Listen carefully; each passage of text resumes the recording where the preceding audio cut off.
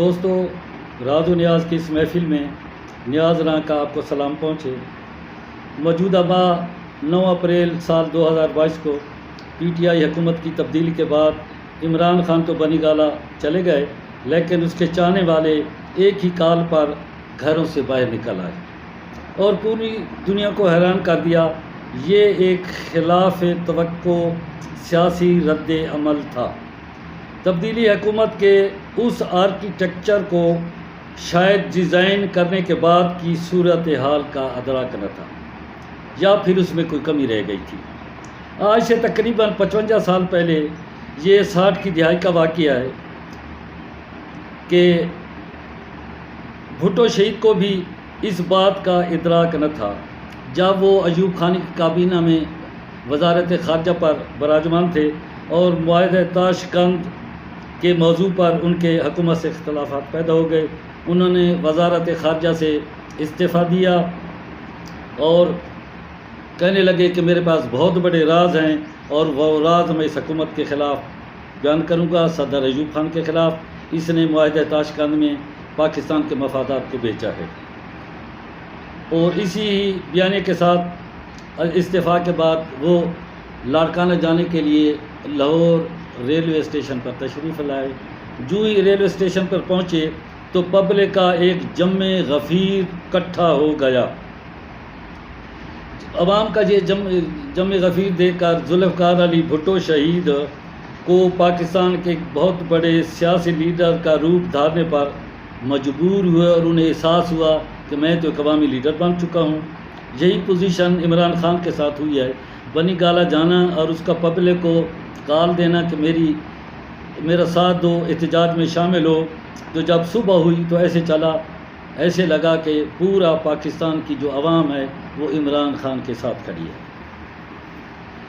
میرے دوستو، حکومت سے علیحدگی کے بعد عمران خان نے پہلا جلسہ پشاور میں منعقد کرنے کا اعلان کیا۔ تمام مقتدر حلقے اور موجودہ پی ڈی ایم گورنمنٹ اور بڑے بڑے سیاسی جفادار سیاسی لوگ اس بات کا اندازہ لگانے لگے کہ پشاور کے جلسے کا عمران خان کو کیا رسپانس ملتا ہے۔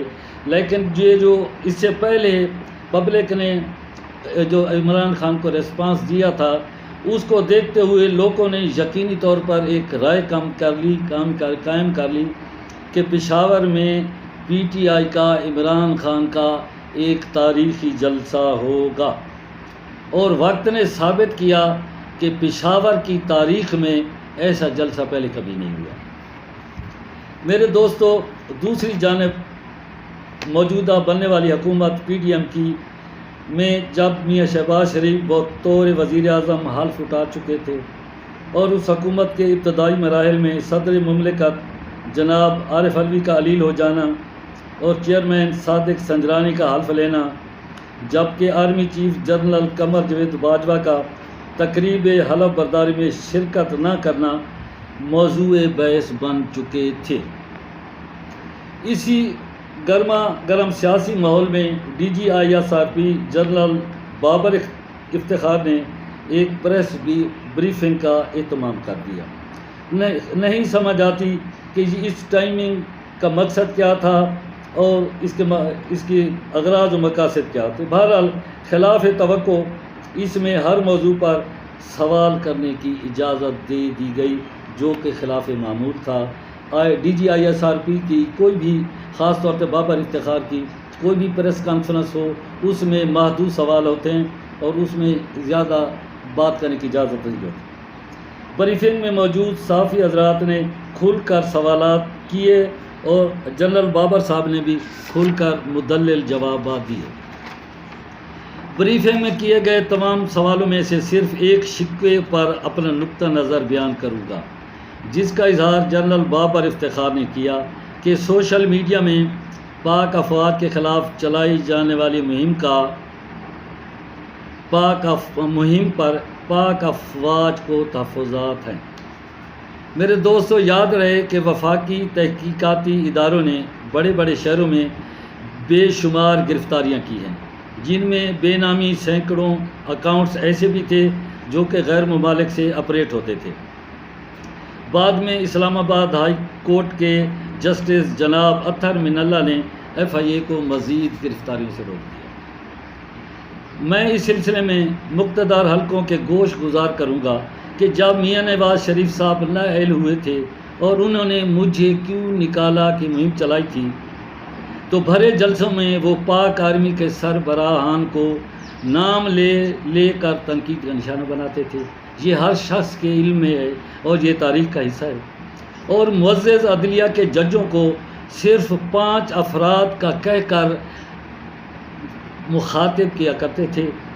اسی دیکھا دیکھی میں مریم بی بی نے بھی کھلے عام جلسوں میں پاک آرمی پر بے جا تنقید کو اپنا شغل بنا لیا، جبکہ فاٹا سے تعلق رکھنے والے پشتون تحریک کے محسن داوڑ جو کسی سے ڈھکے چھپے نہیں، اور ان کے ساتھی تو باقاعدہ تضحیک پر اتر آئے تھے۔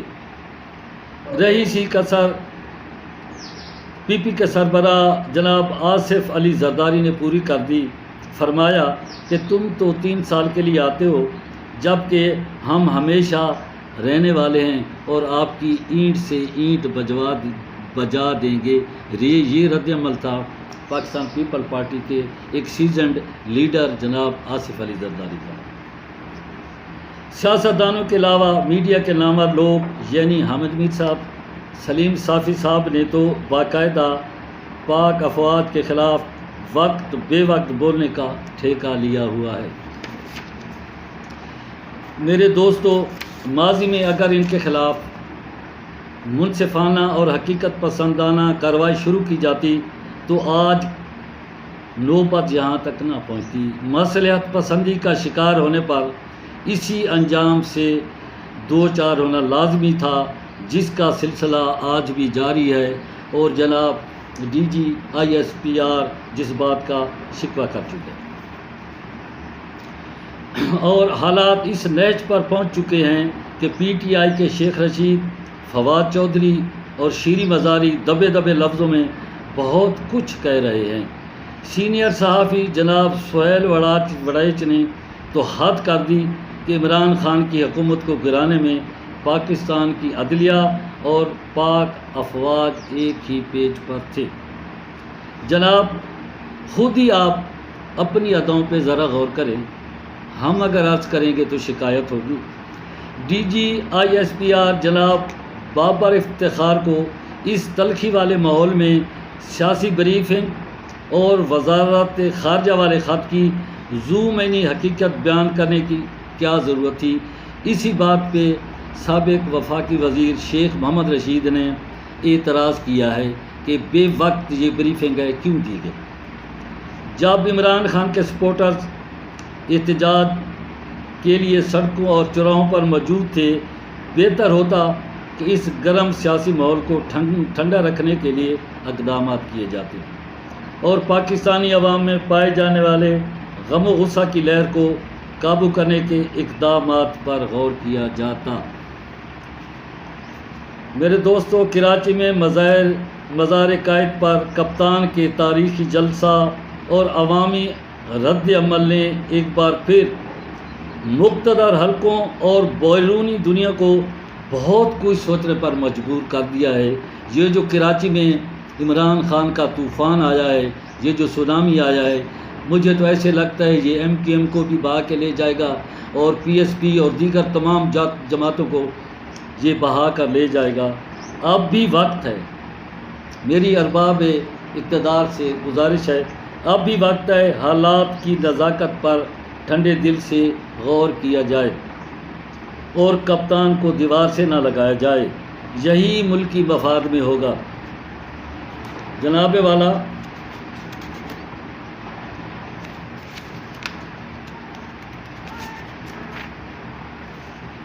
اور یہ وقت کی مجبوری ہے کہ تمام مقتدر حلقے اور حکومت جوش سے نہیں ہوش سے کام لیں۔ آج حالات سال 1970 والے متحدہ پاکستان کے الیکشن کے نتائج نہ ماننے والے مقام پر آ چکے ہیں۔ ماضی میں جس طرح شیخ مجیب، بھٹو شہید اور جنرل یحییٰ خان والی تکون کے تینوں نقطے ایک حالت میں موجود ہونے کے باوجود ایک دوسرے سے دور تھے، بالکل اسی طرح آج Imran Khan P D M حکومت اور مقتدر حلقے ایک نئی سیاسی تکون کی شکل اختیار کر چکے ہیں۔ ملک کی سلامتی کے لیے بہتر ہوگا اپنی انا کے خول سے باہر نکل کر کوئی نیا بھٹو، شیخ مجیب اور یحییٰ خان پیدا نہ کیا جائے۔ موجودہ حالات کے تناظر میں ہم اس کے متحمل نہیں ہو سکتے۔ اس کے علاوہ پی ٹی آئی کے سربراہ سے مکالمہ کیا جائے، حکومت نے جو کردار کشی اور انتقامی کارروائیاں شروع کر رکھی ہیں ان سے اجتناب کیا جائے، کیونکہ جناب والا یہ سوشل میڈیا کا دور ہے اور آج کل سوشل میڈیا کپتان کے ساتھ کھڑا ہے۔ یہ ماضی کا دور نہیں کہ جہاں چند پرنٹ اور الیکٹرانک میڈیا کے اداروں پر کنٹرول حاصل کر لیا جاتا تھا۔ آج کا سوشل میڈیا یوتھ کے ہاتھ میں ہے، جن کی تعداد لاکھوں سے تجاوز کر چکی ہے۔ یہ میڈیا اکاؤنٹ ہولڈر بغیر کسی وقفے کے ڈے اینڈ نائٹ اپنے اکاؤنٹ چلا رہے ہیں۔ یہ غیر تربیت یافتہ اور جنونی لوگ ہیں جو ہوش کی بجائے جوش سے کام لیتے ہیں اور بات کو بغیر کسی تصدیق کے کہاں سے کہاں تک پھیلا دیتے ہیں، جس کا ازالہ بڑی مشکل سے ہوتا ہے۔ اس چیلنج کو نہایت ہی بردباری اور صبر و تحمل سے ہینڈل کیا جائے۔ یہ وقت کی مجبوری ہے۔ فوری طور پر کپتان سے مکالمہ شروع کیا جائے اور پاکستان میں بہت جلد منصفانہ اور غیر جانبدارانہ انتخابات کو یقینی بنایا جائے۔ اس کے علاوہ ملک میں جاری اس سیاسی بحران کا کوئی بھی حل موجود نہیں، اور جب یہ وقت ہاتھ سے نکل گیا تو شاید بعد میں ہم ہاتھ ملتے رہیں۔ خدا کرے کہ ایسا وقت نہ آئے اور وقت ہمارے ہاتھ میں رہے۔ تو یہ جو سوشل میڈیا اور نوجوانوں کی میں بات کر رہا تھا تو اس پر مجھے ایک شعر یاد آ گیا ہے، وہ کچھ اس طرح ہے: جگنوؤں نے شراب پی لی ہے، جگنوؤں نے شراب پی لی ہے، اب یہ سورج کو گالیاں دیں گے۔ اللہ تعالیٰ آپ کو اور ہم سب کو اپنی حفظ و امان میں رکھے۔ اپنا خیال رکھیے گا۔ والسلام۔